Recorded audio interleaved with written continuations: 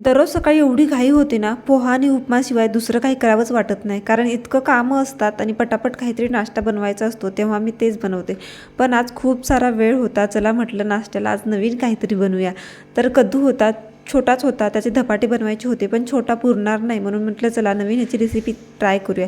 त्याच्यासाठी मी पहिल्यांदा कद्दू छान अशा प्रकारे साल काढून घेतलं, त्याच्यानंतर खिसून घेतला. त्याच्यानंतर मी इथे पाहू शकता पीठ मळून घेते. तर तिथे मी 1.5 वाटी गव्हाचं पीठ आणि अर्धी वाटी बेसन पीठ घेतलेलं आहे. त्याच्यानंतर पाहू शकताय कद्दूला किती पाणी सुटलेलं आहे. त्याच्यात थोडंसं मीठ टाकून मी असंच प्रकार ठेवलं होतं. त्याच्यानंतर पूर्ण पाणी आपल्याला अशा प्रकारे गाळून घ्यायचं आहे. हाताने पिळू शकता, तर तुम्ही कापडामध्ये घालून सुद्धा त्यातलं पाणी काढून घेऊ शकता. तर पूर्ण कद्दूतलं पाणी काढलेलं आहे. त्याच्यानंतर पाहू शकता हे राहिलेलं त्याच्यामधलं पाणी आहे ते आपल्याला पिठामध्ये टाकायचं आहे. याच्याने एकदम कुरकुरीत आणि छान असं पीठ मळल्यानंतर ना आपले पराठे खूप छान होतात. तर आता आपल्याला पीठ मळून घ्यायचं आहे. त्या पिठामध्ये मी अगोदरच मीठ टाकून घेतलं होतं. आता आपल्याला थोडं थोडं पाणी टाकायचं आहे आणि छान असं पीठ मळून घ्यायचं आहे.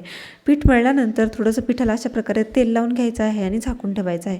तोपर्यंत आपण इकडे स्टफिंग तयार करूयात. तर इथे मी लाल तिखट, धना पावडर, गरम मसाला, चाट मसाला आणि जिरेसुद्धा टाकून घेतलेले आहेत. त्याच्यानंतर कोथिंबीर टाकायची आहे आणि इथे मिरची आणि अद्रकची पेस्ट टाकलेली आहे आणि मिक्स करायचं. पनीरसुद्धा मी 1 चमचा घातलेला आहे. ऑप्शनल आहे, आवडलं तर नक्की घाला. खूप आता आपल्याला पराठे बनवून घ्यायचे. त्याच्यासाठी एक मी पिठाचा गोळा घेतलेला आहे, छोटाच घेतलेला आहे. त्याच्यानंतर कोरड्या पिठामध्ये बुडवून घ्यायचं आहे. त्याच्यानंतर आपल्याला छान अशी एक मध्यम आकाराची चपाती लाटून घ्यायची आहे.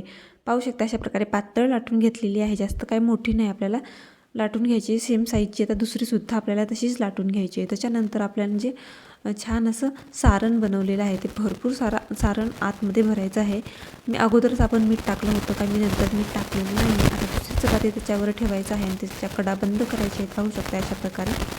आणि आपल्याला छान असं तूप लावून भाजायचे आहे. त्याच्यासाठी मी इथे गॅसवर तवासुद्धा ठेवला होता. तवा गरम झालेला आहे. मस्त तूप लावून घेऊया तव्याला. त्याच्यानंतर पराठा टाकायचा आहे. पराठा आपल्याला दोन्ही साईडने अलटून पलटून छान तूप लावून कुरकुरीत असा भाजून घ्यायचा आहे. पाहू शकता मी भरपूर सारं तूप लावते. पराठा म्हटल्यानंतर भरपूर सारं तूप आलंच. पाहू शकताय सगळ्या साईडने आपल्याला पराठा भाजून घ्यायचा आहे. तूप लावून एकदम टम्म असा पराठा फुगलेला आहे आणि कलरसुद्धा खूप मस्त आलेला आहे. आणि आतमध्ये स्टफिंगसुद्धा मी भरपूर भरलेला आहे. एकदम छान असा पराठा आपला रेडी झालेला आहे. अशाच प्रकारे राहिलेले जे आहेत ते सुद्धा बनवून घ्यायचे आहेत.